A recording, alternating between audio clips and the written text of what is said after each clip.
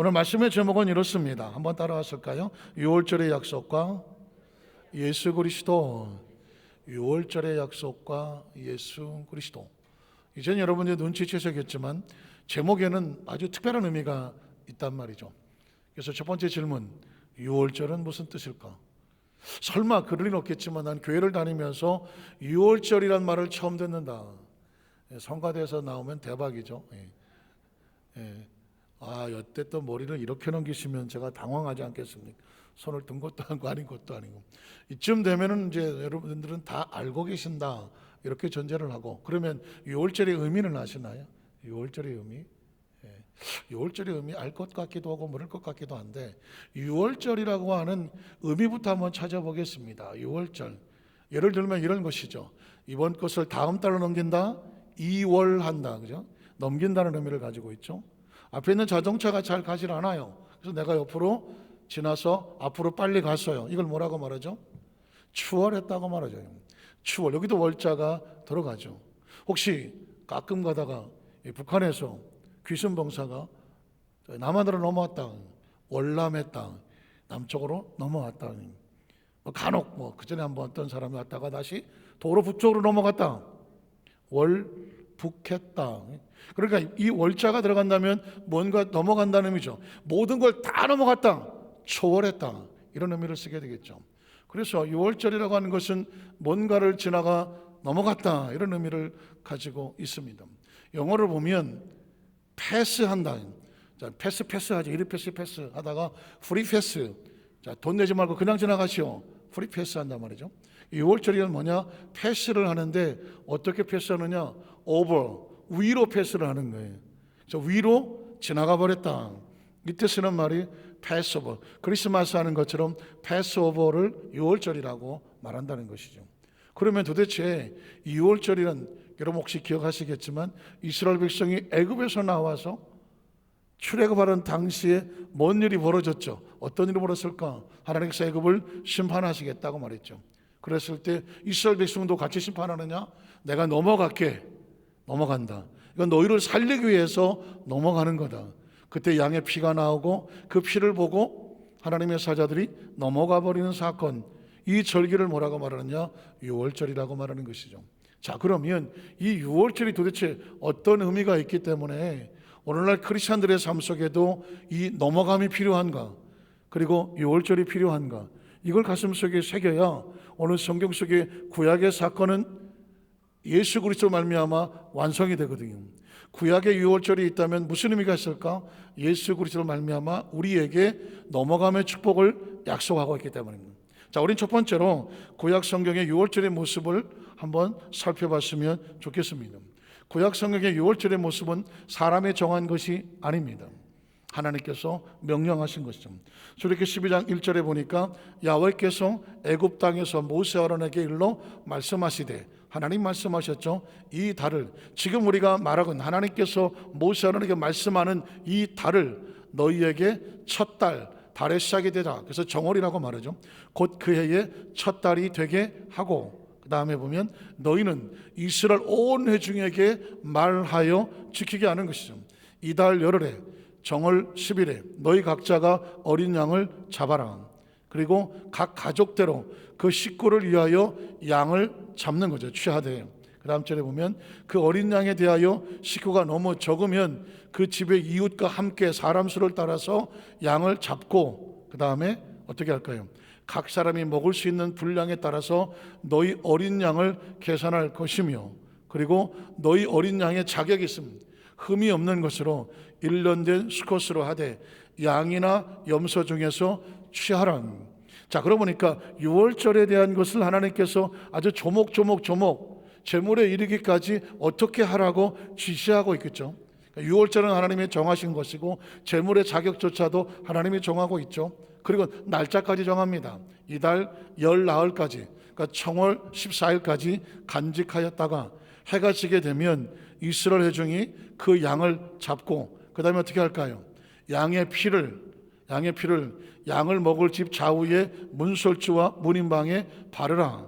그러면 그 밤에 고기를 불에 구워서 무교병이란 뭐냐면 누룩을 넣지 아니한, 부풀리지 아니한 그런 땅과 그 다음에 쓴 나무를 아울러 먹되 또 날 것으로나 물에 삶아서 먹지 말고 반드시 머리와 다리와 내장을 다 불에 구워서 먹고 아침까지 그것을 남겨두지 말고 그 밤에 다 먹어버리고 남은 것이 있거든 어떻게 해라? 불살라 버려라. 이게 유월절에 대한 하나님의 명령이거든요. 그리고 11절에 보면 이렇게 말합니다. 너희는 이것을 이렇게 먹을 것이니 먹는 방법까지도 명령을 하죠. 허리에 띠를 띠고 발에 신을 신고 금방이라도 튀어나갈 준비를 하는 거죠. 손에 지팡이를 잡고 급하게 먹어라. 느릿느릿 잔치집에 와서 세워라 내어라 먹는 상황이 아니라 아주 비상하게 이제 애굽을 뛰쳐나가기 위해서 준비될 상황이니까 영적으로 긴장을 하고 그리고 급히 먹어라. 그리고 이렇게 말합니다. 이것이 야훼의 유월절이니라. 그러니까 유월절은 하나님께서 이름까지 정하여 놓으신 것이죠. 자, 그렇다고 하면 하나님이 이렇게 명령을 하셨다고 한다면 거기에 따르는 약속과 축복은 무엇일까? 분명히 유월절을 지키면 약속과 축복이 따르겠죠. 12절에 보니까 이렇게 나옵니다. 내가 그 밤에 애굽 땅에 두루다니며 사람이나 짐승을 막론하고 애굽 땅에 있는 모든 처음 난 것, 장자와 처음 난 것들을 다 쳐서 심판하게 죽인다는 거죠. 이것은 다른 뜻이 아니라 애굽의 모든 신을 내가 심판하기 때문입니다.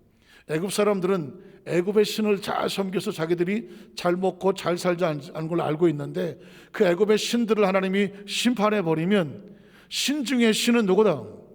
하나님 한 분인 것을 드러내려고 하는 것이죠. 그래서 나는 야훼 하나님이다 이렇게 말씀하는 것입니다. 그 다음 절에 보면 그래서 내가 애굽 땅을 칠 때에 다른 모든 장자는 죽는다고 할지라도 너희 하나님의 약속을 맺은 그 백성들은 사는 집이 있는데 그 집에 뭐가 있어요? 그 피가 양의 피가 너희가 사는 집에 있어서 너희를 위해서 뭐가 된다? 표적이 될 거다. 다른 말로 말하면 사인이 될 거고 증거가 될 거고 약속이 될 것이고 계약이 돼서 이 사망의 세력들이 그 장자권을 다 치기 시작할 때에 어느 집은 넘어간다. 양의 피가 있어서 그 약속을 믿고 그 약속을 붙잡은 그 집에는 뭐가 된다? 그 피가 너희를 위한 사인이 되고 표적이 될 것이다. 그럼 어떤 일이 벌어질까요? 그 다음 절에 보면 내가 그 피를 볼 때에 피를 봅니까? 약속을 봅니까? 사인을 보죠. 표적을 보죠. 하나님 명령하신 것에 대한 순종을 보는 것이죠. 피를 볼 때에 너희를 어떻게 하겠다? 아까 말씀드렸죠. 패스하는데 어떻게 패스한다? 위로 패스해 간다. 넘어가 버린다. 넘어간다는 얘기는 뭘까요? 심판하지 않는다. 정죄하지 않는다. 어떻게 생각하십니까? 너를 치지 않는다. 보호하고 살려내고 덮어준다. 너희를 넘어가리니 재앙이 너에게 내려 멸하지 아니할 것이다. 여기서 아까 제가 살짝 물었지만 피의 능력이 있습니까? 하나님의 약속의 능력이 있습니까? 여러분, 피 자체는 능력이 없습니다. 어린 양의 피가 무슨 능력이 있습니까? 다만 그 피를 하나님이 바르면 내가 넘어가겠다 하간 피에는 뭐가 있을까? 하나님의 약속이 있기 때문이죠. 그래서 그 약속을 믿고 피를 바르면 하나님께서 심판에서 넘어가 주는 것이죠. 만에 하나 애굽 사람이 옆에서 그걸 듣고 피를 바르라고 자기 집에 돼지를 발라갖고 돼지 피를 잔뜩 발랐다. 넘어갈까요? 안 넘어갈까요? 왜? 피인데 그 돼지 피에는 뭐가 없어요? 하나님의 약속이 없는 것이죠. 그래서 피의 능력이 있지 않아요. 약속의 능력이 있습니다. 그래서 가또 가려다 제가 십자가를 보면 어떤 사람 막 십자가 앞에서 막 손을 비비면서 막 십자가에서 막 능력이 나오는 건 아닌가? 옛날에 어떤 분을 보니까 막 예수님 그 성화를 보니까 예수님의 모습이 나오는데 예수님이 그 성화 앞에서 막 비비고 예수님 막 이렇게 마치 성화에 뭐가 있는 것처럼 십자가 자체에 무슨 능력이 있는 것처럼 그거를 막 숭배하고 거기다 대고 막 빌고 절하고 하는 어떤 행위를 하더라고요. 이건 하나님께서 원하시는 것이 절대로 아니다. 기독교는 우상을 섬기지 않는다. 불상과 같은 돌로 새기지 않는다. 만에 하나 십자가의 능력이 있다고 한다면 뭐 여러분 전 세계에서 가장 큰 십자가 세우지 뭐 거기 가서 막 뒹굴고 막 비비지. 십자가의 능력이 있지 않습니다. 십자가는 하나님과 가난한 백성 사이에 예수 그리스도 말미암은 구원의 약속의 증거죠. 치료의 약속이 있는 것이군. 부여의 약속이 있는 것이고요, 회복의 약속이 있는 것이고, 천국의 약속이 있는 것입니다. 그래서 십자가라고 말하는 것은 뭐냐? 하나님의 약속의 증거가 있기 때문이다. 마찬가지입니다. 피는 존귀한 것이나 피 자체의 능력이 있지는 않습니다. 피에 하나님의 약속이 있기 때문에 그 약속을 믿고 피를 발랐더니 약속대로 하나님께서 어떻게 하시더라? 넘어가 주신다는 것입니다. 그래서 여러분, 이따 신앙생활하면서 어떤 특별하게 뭐가 있는 것처럼, 뭐가 물건이 있는 것처럼, 사람이 있는 것처럼, 장소가 있는 것처럼, 건물이 있는 것처럼 이런 것을 여러분을 유혹하거든. 적어도 여도수 만상교회 성도들은 그런 것에 속지 않는다. 그것이 하나님의 말씀에 근거한 약속이 있는지, 그 약속을 믿는 것이지 다른 어떤 것을 믿지 않는다. 심지어 유월절에 마찬가지로 어린 양의 피를 발랐다고 해서 피의 능력이 있지 않는다. 피에 대한 약속을 주신 하나님께 능력이 있는 줄로 믿습니다. 자, 그래서 14절에 보면 너희는 이 날을 기념하여 야훼의 절기를 삼아, 하나님 명령하죠. 절기를 삼아서 영원한 규례로 대대로 지킬지니라. 자, 그러면 이제 이 말씀 앞에서 고민하기 시작하죠. 이스라엘 백성이 출애굽을 할 때에 유월절을 지켰는데 하나님이 명령하기를 이 날은 반드시 기념해라, 절기를 삼아라, 그리고 영원히 뭐예요? 끝까지, 그리고 규례로 대대로 자자손전 지켜라 하고 명령을 하셨어. 이거 어떡할 거야? 그럼 우리도 지켜야 됩니까? 지키지 말아야 됩니까? 지켜야지. 이 말씀대로만 하면 지켜야 되는 거예요. 그래서 요즘 여러분 혹시 그런 이단을 접해본지 모르겠지만 요즘 이단 사이트를 갖다 깜짝 놀랐어요. 요즘은 여러 가지를 막 이상하게 성도들을 유혹하는데 그 중에 하나가 뭐냐면 유월절을 가지고 유혹을 합니다. 야, 이거 봐라. 출애굽기 12장 14절에 이 날을 기념하여 야훼의 절기를 삼아 영원한 규례로 대대로 지키라고 말했다. 근데 왜 너희 교회는 유월절을 안 지키냐? 내가 있는데 가봐. 거기는 우리는 유월절을 아주 성대하게 지켜. 유월절을 지켜야 유대인이지. 하나님이 구원은 유대인을 통해서 주신다 그랬는데, 아니 유월절을 지켜야 유대인이고 그래야 하나님의 축복이 있지. 유월절 지켜야 돼. 유월절도 안 지키는 교회 왜 다니냐? 유월절 지켜야지. 그러니까 성도들이 뭐지 이거? 유월절? 듣기는 들었는데 보니까는 절기를 삼아 영원한 규례로 대대로 지키라 그러네? 그럼 우리가 예수를 잘못 믿었나? 절기를 안 지키는데? 유월절 절기 지킨다는 말 못 들어봤는데 당황하기 시작을 하죠. 여러분, 그것에 대해서 우리의 답은 뭔지 아십니까? 그러면 왜 유월절만 지켜? 구약시대 성도들은 하나님께 나아갈 때 반드시 양이나 소를 잡아서 그 피를 의지하여 자기 죄를 씻음받고 하나님 앞에 나갔거든. 죄 있는 인간이 하나님께 나아갈 수가 없으니 이스라엘 유대 백성도 하나님께 나갈 때 반드시 짐승의 피를 잡아서 죄 사함을 얻고 그리고 하나님께 나가서 제사를 지냈어요. 그렇다고 한다면 유월절 절기만 지킬 게 아니라 지금도 하나님께 나가려면 뭘 잡아야 돼? 양이나 소를 잡아서 그 피를 가지고 제물을 삼으면서 그리고 하나님께 나가야지. 유월절은 지키면서 왜 구약의 제사는 안 지키나? 우리 그렇게 물어볼 수가 있겠죠. 그러면 우리는 왜 하나님께 나올 때 주일날 소를 안 잡나? 양을 안 잡나? 염소를 안 잡나? 우리는 왜 유월절 절기를 특별하게 따로 소나 양을 잡으며 지키지 않나? 이유는 뭔지 아십니까? 성경에 보면 예수님께서 모든 사람이 짊어져야 될 소와 짐승의 새끼, 그런 제사가 피의 제사가 아닌 예수님의 피 흘림의 제사로 말미암아 모든 제사를 완전하게 하셨습니다. 유월절조차도 우리가 쌍이나 소 잡아서 나갈 필요가 있는 것이 아니라 예수님 자신이 유월절에 그 제물이 되어줘서 그 피로 말미암아 우리는 날마다 예수님 안에서 예수 이름이 영원한 안식과 영원한 유월절에 완성이 되는 줄로 믿습니다. 목사님이 어떻게 그걸 아시느냐고요? 제가 알기는 뭘 알아? 성경이 그렇게 기록됐다니까요.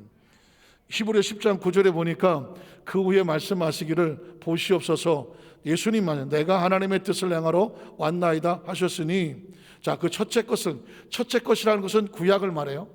둘째 것은 신약을 말하는 거예요. 예수님이 와셔서 뭘 했느냐? 첫째 것을 완성했으니 더 필요가 없고, 그러니까 둘째 것을 새롭게 하시니까 이걸 지키는 거죠. 자, 그럼 첫째 것과 둘째 건 뭘까요? 그 다음 절을 보면 이 뜻을 따라 예수 그리스도의 몸을 단번에 들이심으로 말미암아 우리가 뭘 얻었습니까? 거룩함을 얻었습니다. 첫째 것, 구약 시대에는 성막에 나가서 짐승의 피를 잡아 그 피의 공로로 말미암아 거룩함을 얻었어. 그것도 일회용이야, 일회용. 다음에 또 죄를 지면 또 양 잡아와야 돼.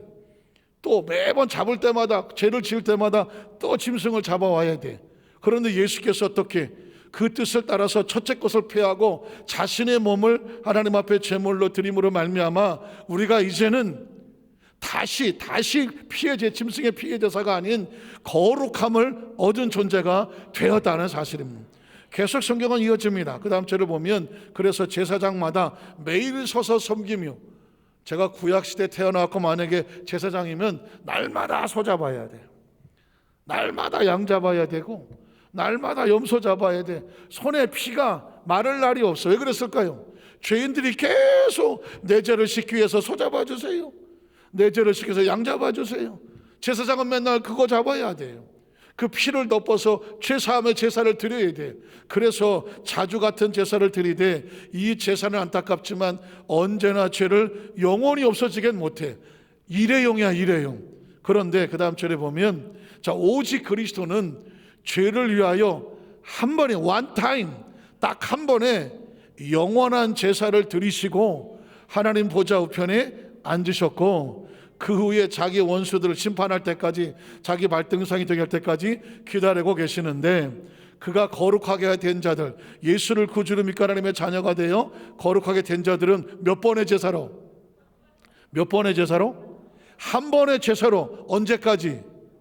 영원히. 얼마만큼? 온전하게 하셨다는 것입니다. 예수님을 구주로 믿으시면 아멘 하시기 바랍니다. 예수를 구주로 믿는다는 건 이제 우리 다시는 짐승의 피에 제사가 필요 없다는 것입니다. 예수님의 이름이 한 번에 완전히 영원히 온전하게 어떻게 하셨다? 우리를 거룩한 존재로 만들어 주셨다는 것입니다. 우리는 사실 우리가 지나온 삶을 보면 의인이라고 말할 사람은 아무도 없어. 정말 지나온 거 돌이켜보면 걸음마다 자옥마다 다 죄밖에 없어. 그런데 예수께서 대신 우리의 죄를 덮어주심으로 말미암아 어떻게 한 번도 죄를 짓지 않은 것처럼, 죄를 짓지 않았으니 마귀의 정죄와 참소를 못하지.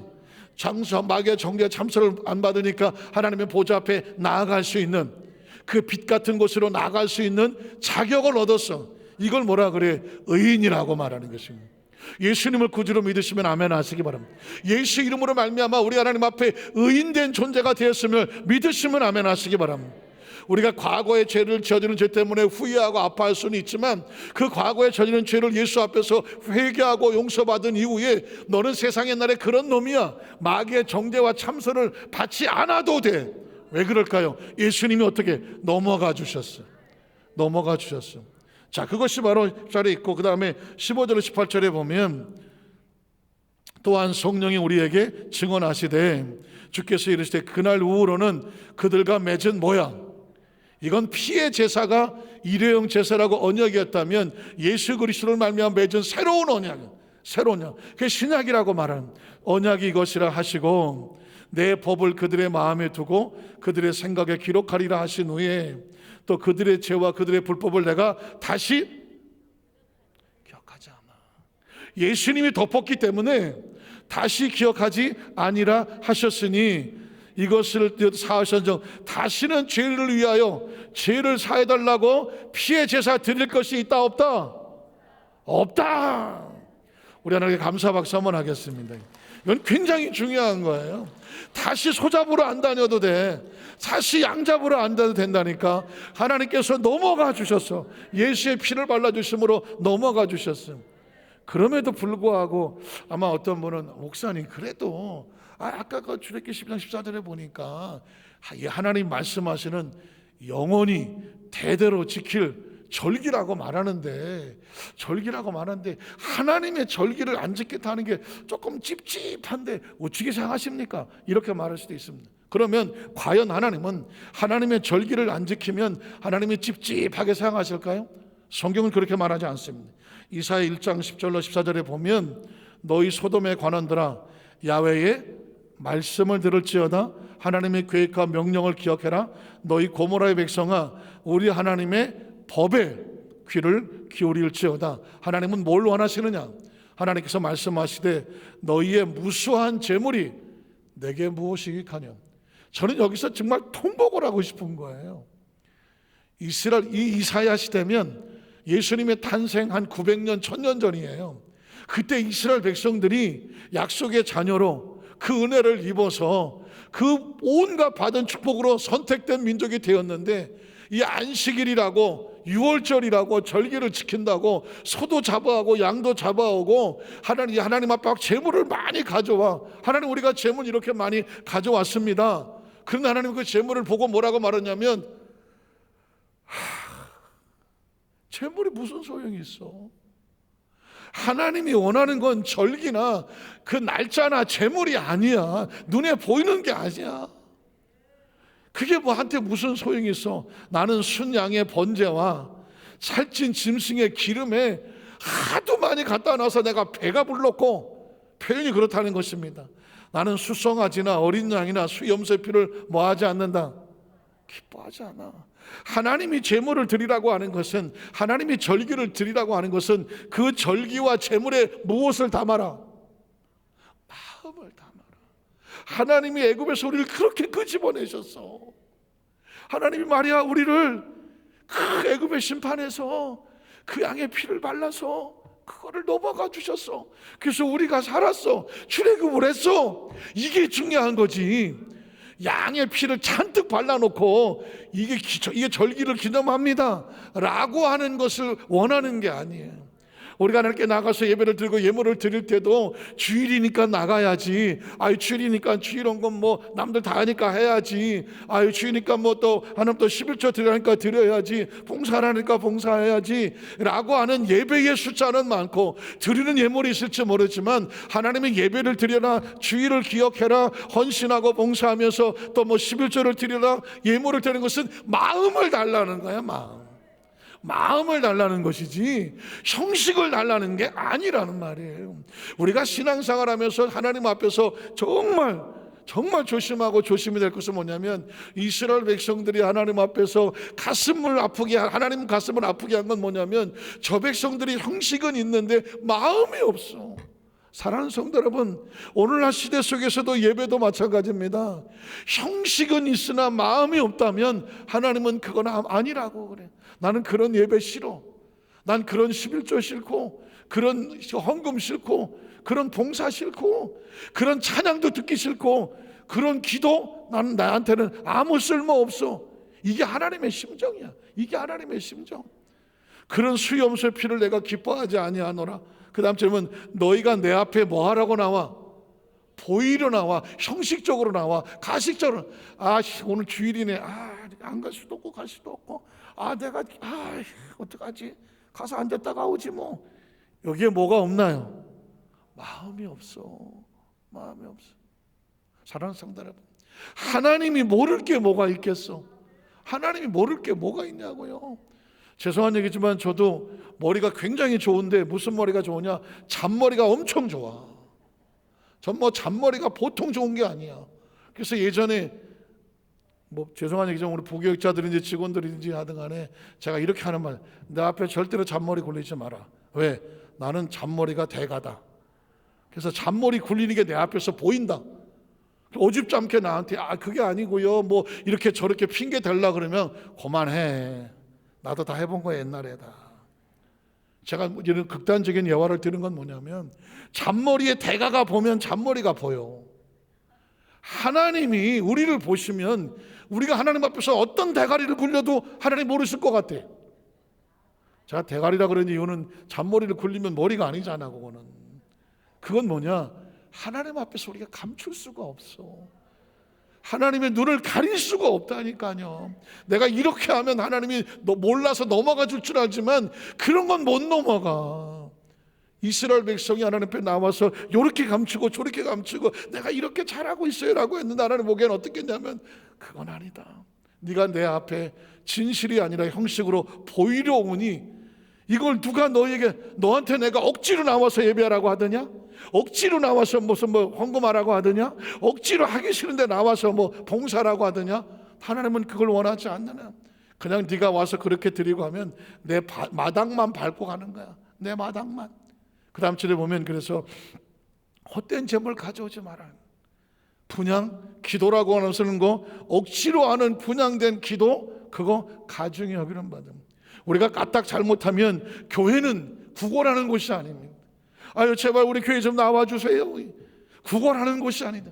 아유 헌금 좀 많이 내주세요. 11조 좀 꼭 내주세요. 봉사 좀 해주세요. 이게 구걸하는 곳이 아니야. 하나님이 어디 다니면서 구걸합니까? 좀 주라야. 좀 줘. 하나님이 구걸합니까? 하나님께서 모든 것을 우리에게 내려서 하나님께서 그 하나님을 인식한 사람이 나와서 진심으로 감사하여 예배하는 것이지. 우리가 예배를 예물을 드려도 감사로 하는 것이고, 봉사를 해도 내가 감사해서 하는 것이고, 이 시간과 공간 안에서 예배를 내가 반드시 나와야 될 그 마음의 움직임이 있어 나와서 예배하는 것이지, 가다가 길 가서 잡아다가 앉혀놓고 예배 드리라고 하는 것이 아니란 말입니다. 우리는 성경 속에서 하나님의 마음이 처절하더라. 헛된 재물, 마음이 없는 재물 가져오지도 마라. 마음이 없는 앉아 기도하는 척 하지도 마라. 내가 가증히 여긴다. 월삭 매월 첫날에 하나님께 예물 드리는 날, 안식일 7일째 되는 날, 또 여러 가지 성회 대회로 모이는 것도 그러하니 성회와 아울러 악을 행하는 것을 내가 견디지 못하겠다. 악이 뭐야? 악은 딴 게 아니에요. 악은 하나님이 없으면 악이야. 하나님을 모르면 악이야. 하나님 없이 행동하는 것은 악이야. 제가요 오늘 성경 읽다가 이 부분에 하나님의 심정을 처절하게 부르면서 전 여러분에게 이런 설교를 해본 적이 없습니다. 그런데 이 성경이 외치고 있고 막 부르짖고 있고 통곡을 하고 있는 거예요. 통곡을 하는 거예요. 아니 월삭 매월 첫날에 하나님께 예물 드리는 거, 안식일 예배 드리는 거, 성회로 모이는 거, 다 같이 모이는 거 얼마나 좋아. 근데 하나님이 아니라 그래. 악을 행하는 걸 내가 뭐한다? 견디지 못한다. 여러분, 우리 여도수 만상교회 성을 지금 전 여러분에게 야단을 치는 것도 아니고 이래라 저래라 하는 것이 절대로 아닙니다. 아니면 제가 뭔데? 저 역시도 모태신앙이거든요. 모태신앙이 지금까지 목회를 해오고 또 신앙생활하면서 어줍지 않게 목사라고, 담임 목사라고 주일날 가운을 입고 설교를 하고 있잖아요. 여러분, 저는 제 자신에게 가장 무서운 게 뭔지 아십니까? 내가 하나님 앞에 진실하지 못하면, 내가 하나님의 전심이 아니면, 하나님 보시기에만 하나님 주시는 마음의 감동이 아닌데 이곳에 서서 억지로 이 얘기 저 얘기하고 이게 성경입니다, 설교입니다 이러고 앉아서 내 속은 허전한데 만에 하나 그러고 앉았다고 하면 이건 가짜잖아, 가짜. 하나님이 얼굴을 돌리거나 그런 거 하고 싶지 않아. 네가 그런 거 짓하는 거나 보기 싫다. 하나님이 싫은데 그게 무슨 예배가 되고 그게 무슨 말씀이 되겠습니까? 저는 그래서 항상 조심하는 게 뭐냐, 어려서부터 교회를 다니고 지금까지 오며 달려왔기 때문에 가장 두려운 게 내 안에 형식적일까 봐, 의식적일까 봐, 그게 싫은 거, 그게 두려운 거야. 그래서 저는 제가 사랑하는 여리수 만장교회 성도들에게 우리의 신앙생활은 조금 모지라도 좋고 투박해도 좋고 세련되지 않아도 좋아. 그러나 하나는 정확해야 돼. 진실이어야 돼. 진심이어야 돼. 진심이어야 돼. 기도 유창하게 못하면 어때? 그러나 진심이면 통해. 우리가 뭘 하는데 하나님의 모르고 세련되지 못하면 어때? 그러나 하나님을 경외함으로 말미암아 있는 심령을 그대로 하나님 앞에 통하는 그 마음이 하나님 앞에 닿았다? 그러면 그게 최고야. 하나님은 지금 저와 여러분에게 그걸 원하고 있고요. 그 다음 절에 보면 그래서 내 마음이 너희 월삭과 정한 절기 나오죠. 6월절은요 목숨 걸고 지키는 게 아니야. 하나님은 절기를 원하지 않아. 절기에 담겨진 뭘 원해요? 마음을 원하지. 마음이 없는 절기를 싫어하나니 그건 나한테 무거운 짐이래. 하나님이 막 깔려 죽는데 무거운 짐이라 내가 지기에 곤비하였다 하는 겁니다. 그래서 인간은 어떤 짐승의 피나 이런 걸 의존해서 하나님 앞에 나아가신 존재가 아니라, 두 번째로 보면 예수님이 6월절에 어린 양으로 오셨음을 성경은 선포하고 있습니다. 이건 그냥 읽어 내려가면 됩니다. 자, 세례 요한은 예수님을 보고 이렇게 말했습니다. 요한복음 1장 29절로 30절에 보면 이튿날 요한이 예수께서 자기의 나으심을 보고 이르되 Behold, 보라, 세상의 죄를 지고 가는 하나님의 어린 양 그랬습니다. 어쩌면 세례 요한의 눈에는 예수님을 보면서 온 생각이 들었을까요? 온 세상에 죄를 짊어지고 가시는 뭐로 보여? 어린 양으로 보여. 희생 제물로 보여. 유월절에 피 흘리는 양으로 보여. 그 피로 말미암아 온 인류가 그 죄로부터 덮임을 받고 넘어가는 통로로 보여. 35절로 36절에 보니까 또 이튿날 요한이 자기 제자 중 두 사람과 함께 섰다가 예수께서 거니스를 보고 말하되 보라 하나님의 어린 양이다. 어린 양이다. 또 뿐만 아니라 예수님은 자기 자신이요 그 제물이라고 고백하셨습니다. 요한복음 6장 47절로 51절에 보니까 진실로 진실로 너에게 이르노니 믿는 자는 영생을 가졌나니, 영생이란 단어를 쭉 머릿속에 두십시오. 어떻게 영생을 얻는가? 내가 곧 생명의 떡이니라. 너희 조상들은 광야에서 만나를 먹었어도 죽었거니와 이것은 하늘에서 내려온 떡이니 사람으로 하여금 먹고 죽지 아니하게 하는 것이니라. 나는 하늘에서 내려온 살아있는 떡이니 사람이 이 떡을 먹으면 영생하리라. 여기서 말하는 떡이라는 건 뭐예요? 예수님의 살을 의미하는 것입니다. 내가 줄 떡은 곧 세상의 생명을 위한 내 살이다. 제물이기 때문에 살을 내놓고 피를 흘리는 것이거든요. 예수님이 자신이 제물임을 말하며 내 살은 너희 생명을 살리려고 하는 떡이다. 그 다음 절에 보면 또 내 살은 참된 양식이요 내 피는 참된 음료로다. 어디서 들어봤죠? 매달 첫째 주 성찬 예배를 드릴 때에 이 말씀이 봉독이 되죠. 우리가 먹고 마시는 이 떡과 잔은 무슨 의미가 있느냐? 내 살을 먹고 내 피를 마시는 자는 누구 안에 거하고 내 안에, 내가 누구예요? 하나님의 약속 안에. 예수님은 약속이니까 약속 안에 거하고 나도 그의 안에 거한다. 내 약속이 너희 안에 거하나니. 어떻게 돼요? 살아계신 아버지께서 나를 보내심에 내가 아버지로 말미암아 사는 것 같이 나를 먹는 그 사람도. 우리가 먹고 마신다고 말하니까 자칫 예수님의 살과 피를 먹고 마시냐? 이거 어려운데? 많은 사람이 도망을 갔습니다.